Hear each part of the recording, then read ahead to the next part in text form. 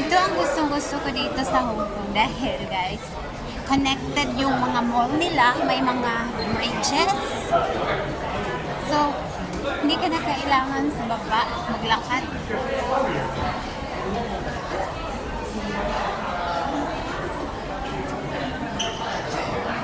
You're gonna see the view outside.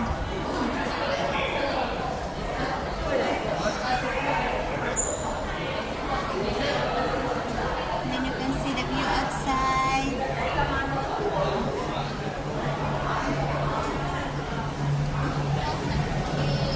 Okay, nakikita ka.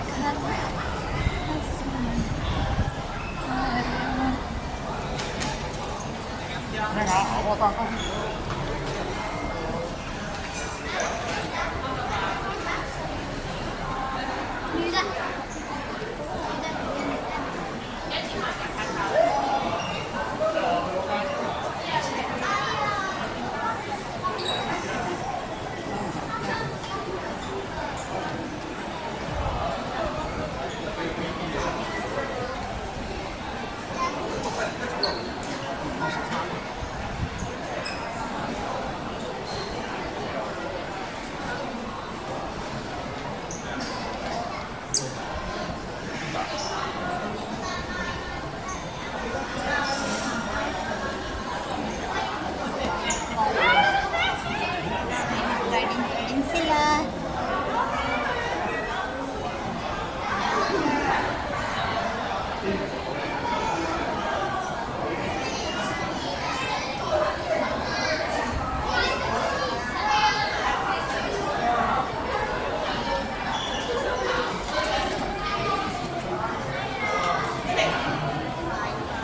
Happy Mother's Day! Happy Mother's Day! And the longest bridge here in Tsuen Wan.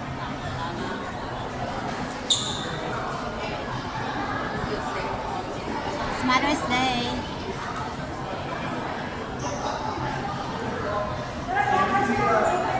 Let's go. So, Happy Mother's Day, by the way, sa lahat ng mga mother around the world. So, we'll go the other side. So, this is connected to other mall.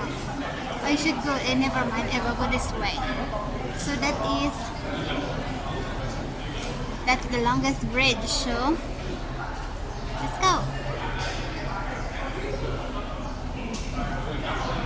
Sandinia Mall 1, the other side, Mall 2.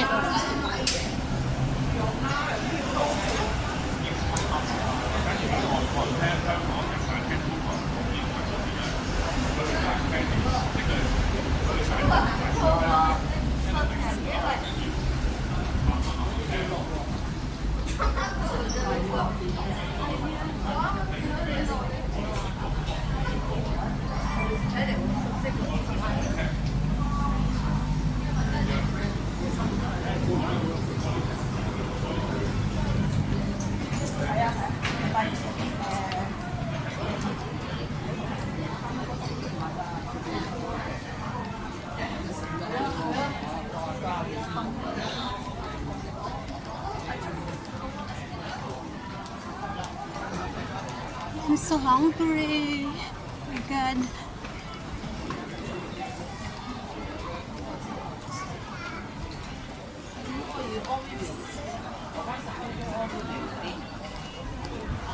So I'm in a hurry because I'm so hungry. I want to eat. So we have to exit this area. Exit. So here, this is the connected bridge, that area. So let's go. No wonder why I'm so fast. I really want to eat because I'm so hungry. Oh my God. So this bridge, it's very convenient. And if it's raining, so the bridge pala from, terminal, bus terminal. Tapos akit ka lang sa taas. So, Kailan sa taas may escalator. Tapos ito na yung baybayin mo. Sundin mo na lang yung mga tao. Saan ka? Kasi pupunta ako sa kabilang part. Oh my God, careful kay. Ano pala to? Hagdanan. Medyo malayo-layo siya. Kasi napaka-convenient ng ganito. So, hindi ka na doon sa baba dadaan. Kasi maraming stoplight. Tsaka mainit. So, dito tayo kasi aircon. Aircon na aircon.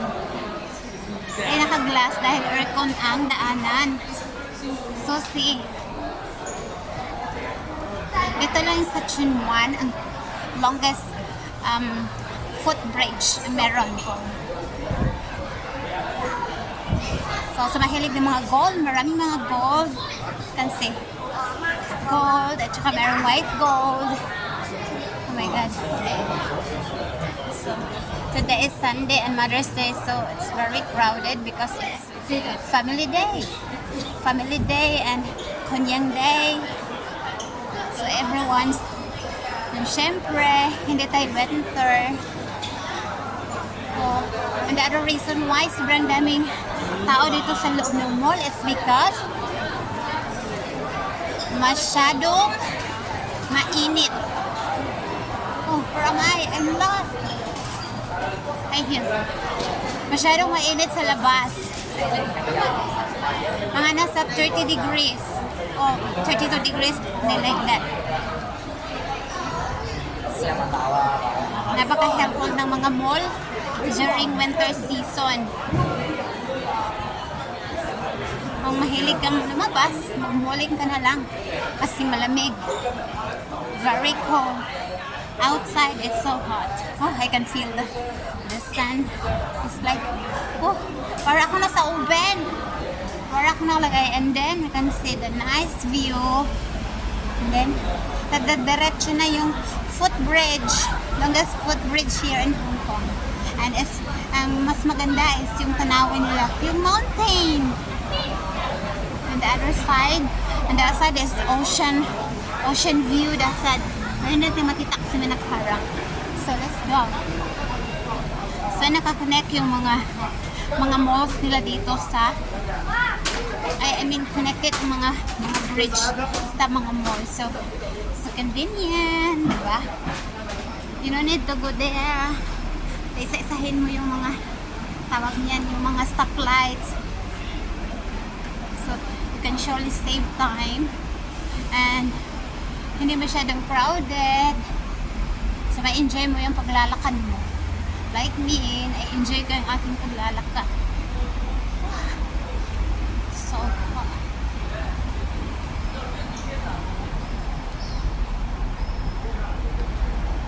ihangal na si Inday.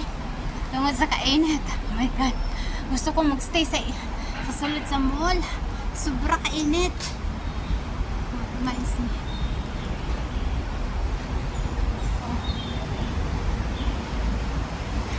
Lahat malapit ang mall, malapit ang school, kasi nga maliit lang naman ang Hong Kong. Saka, maraming mga parks, diba? Friendly yung environment nila. Kapag gusto mo naman pumunta sa dagat, malapit din naman ang dagat. Ganyan lang.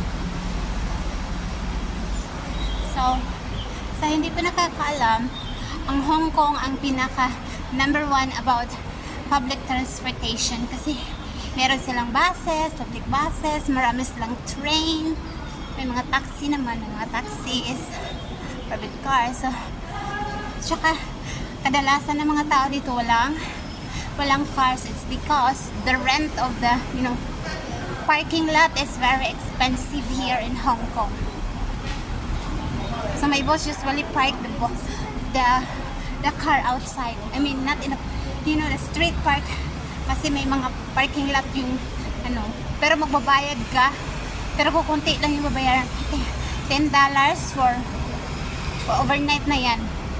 Pero kapag magpapark ka sa mga parking area na mga mall, like mahal siya per hour. I think $20 per hour. Ang mahal nun. So, dapat practical ka. Kapag mag-rent ka naman, usually mga nasa 5,000, 4,000 yung depende sa klase ng parking lot na inuupahan mo. Unlike sa Pinas, anyway guys, dito masyado maraming flowers, pero ngayon walang flowers. During spring, maraming flowers, at saka sa fall, marami na tong flowers. So, makikita nyo, ang kulay is green. Green na siya. Kasi wala ng flowers, konti na lang yung flowers.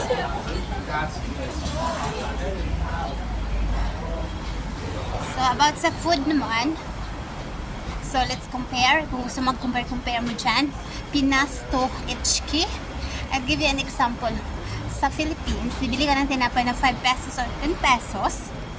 Pagdating dito, don't expect na ganun po yung price. Price is dollar. So, yung isang tinapay is equivalent to, let's say, 10 pesos sa Philippines. Ang price naman dito is around, ang pinakamura is $4 or $5.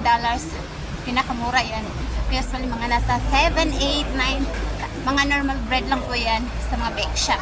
That is, mga around 50 pesos o 40 pesos isang tinapay. Equivalent to pesos, 10 pesos sa Pinas. Kasi, yung rental dito, mahal din. Maliliit yung bahay. Kasi mahal. Ganun lang. Malaki ang sahod. Mahal din yung cost of living dito ay mahal. Pero kung malaki yung sahod mo, din, okay lang, magastos ka.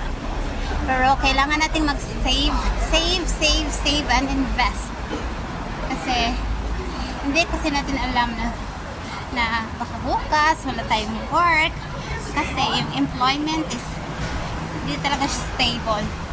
Pwede kang mapauwi, pwede kang matanggal anytime for many reasons. Ang worst na reason is health.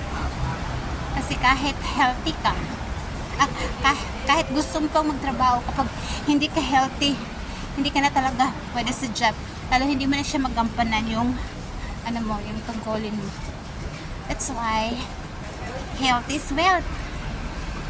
Kapag healthy ka, magkakaroon ka pa ng maraming wealth. That's why we're almost there. Actually, nagmamadali ako kasi nagugutom ako. Layo pa eh. Mauna nga ako sa inis. Medyo may kaliitan lang.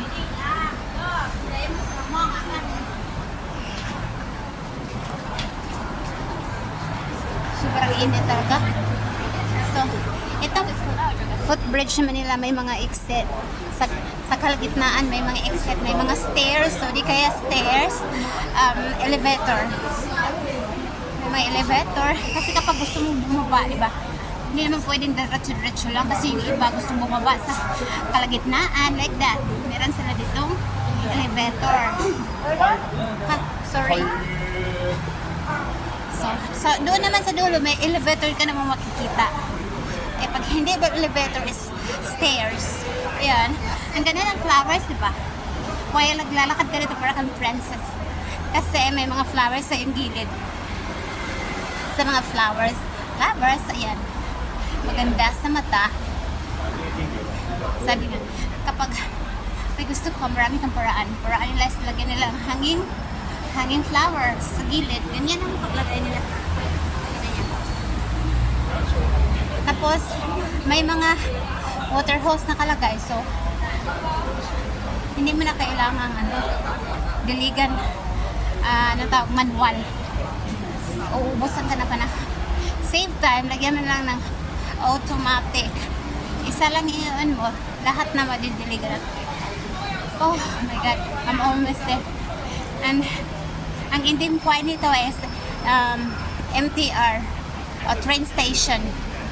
June 1 train station. Tapos doon sa kabila naman ang ending point is June 1 West MTR station. Dalawang train station dito.